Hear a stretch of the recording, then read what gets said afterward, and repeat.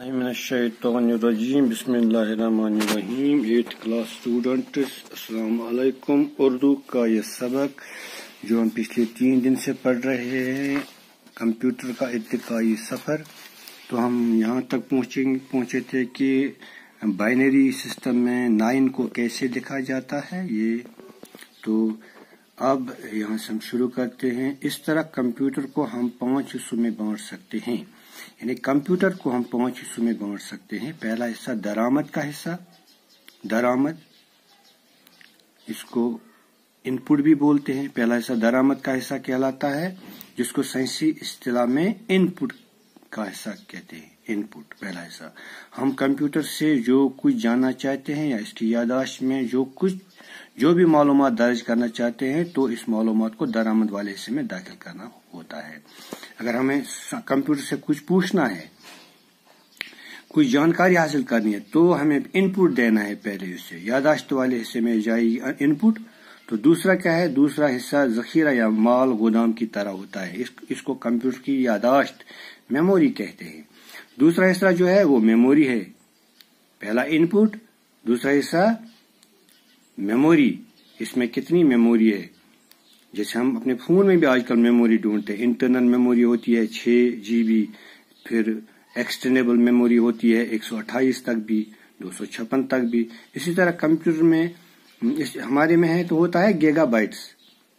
हमारे इसमें होता है फोन में गीगाबाइट्स, तो इसमें टेराबाइट्स होते हैं।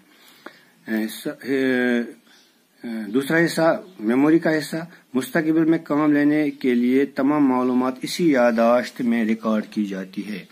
तो अगर हमें मुस्तकबिल में हमें कुछ इससे पूछना हो, तो इसी याददाश्त में ये तमाम चीजें चली जाती हैं, ये रिकॉर्ड हो जाती है। तीसरा हिस्सा हिसाब किताब का हिस्सा, तो तीसरा हिस्सा हिसाब किताब का हिस्सा।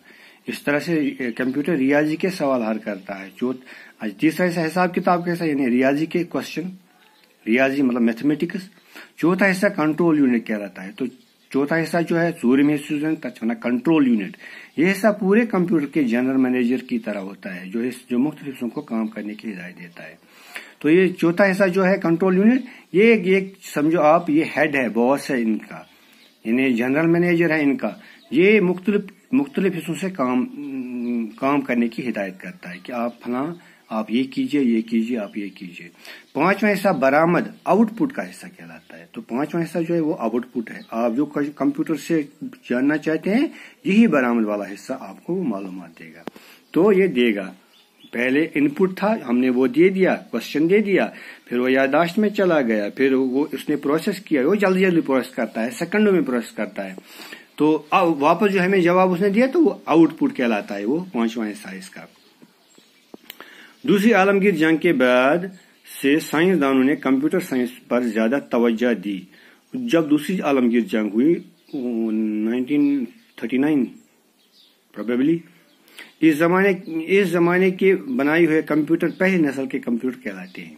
तो इस जमाने में जो कंप्यूटर बनाए गए दूसरी आलमगीर जंग के साथ साथ जो बनाए गए, ये वो पहली नस्ल के कंप्यूटर कहलाते हैं। पहली नस्ल के इन कंप्यूटरों में बरकी सिग्नलों के लिए वैक्यूम ट्यूब इस्तेमाल किए जाते थे। तो पहले जो बनाए जाते थे कंप्यूटर, उनमें बरकी सिग्नल यानी इलेक्ट्रिक सिग्नल कैसे जाती थी, वो वैक्यूम ट्यूब से जाती थी। वैक्यूम ट्यूब्स होते थे वो। इसके अलावा ये कंप्यूटर जगह भी बहुत घेरते थे। तो ये बड़े बड़े हुआ करते थे, क्योंकि वैक्यूम ट्यूब लगाने से बड़े हो जाते थे कंप्यूटर। ये जगह भी बहुत घेरते थे। इन कंप्यूटरों में लगे ट्यूब बरकी सिग्नल देने के साथ हरारत भी खारिज करते थे। तो इन कंप्यूटर में जो बरकी रव चलती थी, सिग्नल चलती थी, वो कहाँ से गुजरती थी? इस वैक्यूम ट्यूब से। तो सिग्नल तो देते थे ये, लेकिन ये हरारत यानी गर्मी पैदा करते थे। कभी कभी ये हरारत इस कदर ज्यादा हो जाती थी कि कंप्यूटर के नाजुक हिस्से जल जाते थे।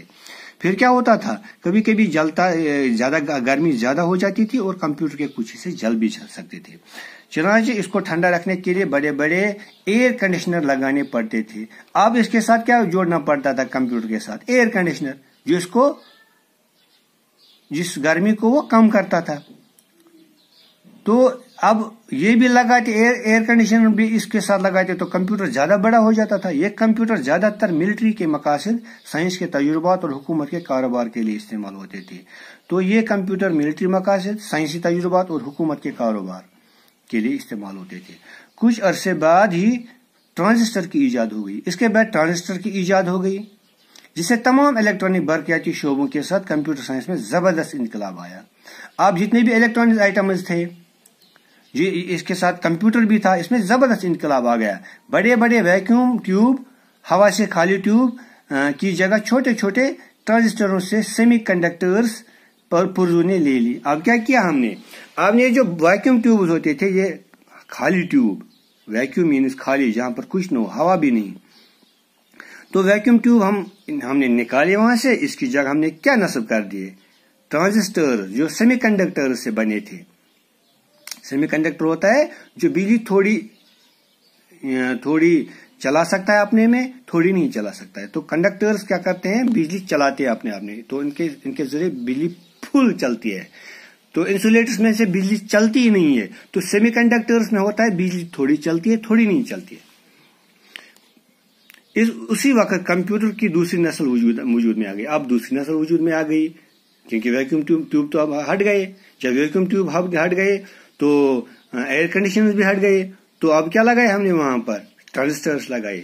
کمپیوٹر کی یہ دوسری نسل جگہ بھی بہت کم گھیرتی تھی. اب یہ جگہ بھی بہت کم گھیرتی تھی اور بجلی کا کرنٹ بھی کم استعمال کرتی تھی. اس کے علاوہ یہ کمپیوٹر پہلی نسل کے کمپیوٹر کے مقابلے میں بہت زیادہ تیزی سے کام کرنے لگے اور کام بھی تیز رفتاری سے کرنے لگے یہ دوسری نسل کے کمپیوٹر. اور ان کی یادداشت میں معلومات ہزاروں گنا زیادہ درج کی جاتی تھی. اب اس کی یادداشت بھی بڑھ گئی، ہزاروں گنا بڑھ گئی اس کی یادداشت. 1960 عیسوی تک دوسری نسل کے کمپیوٹر کے کم از کم مختلف 100 ماڈل بن چکے تھے. 1960 تک 1966 تان امیک دوسری نسل کمپیوٹر بنان کم سے کم 7 ماڈل بنامت، جن میں سب سے چھوٹے کمپیوٹر پر آج کے حساب سے تقریباً 4 لاکھ روپے لاگت آتی تھی. لگ بھگ از کے حساب اکس کمپیوٹر پر 4 لاکھ روپے لاگت اگر لوکٹ سے لوکٹ بنا. اور کمپیوٹر کا سب سے بڑا ماڈل جو IBM 8090/8094 کہلاتا تھا، اس پر لگ بھگ 4 کروڑ روپے لاگت آئی تھی. کمپیوٹر بورڈ ماڈل یس ناو IBM 8090/8094 آپ پر آمد 4 کروڑ روپے لاگت. یہ کمپیوٹر فضائی، خلائی سائنس اور انجینئرنگ صنعتوں میں استعمال ہوتے تھے. یہ کمپیوٹر کا استعمال فضائی یعنی ہوئی خلائی سائنس انجینئرنگ صنعتوں میں. انجینئرنگ میں تو بے خلائی مطلب جہاز واز خلاس مز پکان یا راکٹ تراون تر مز ضرورت یہ کمپیوٹر.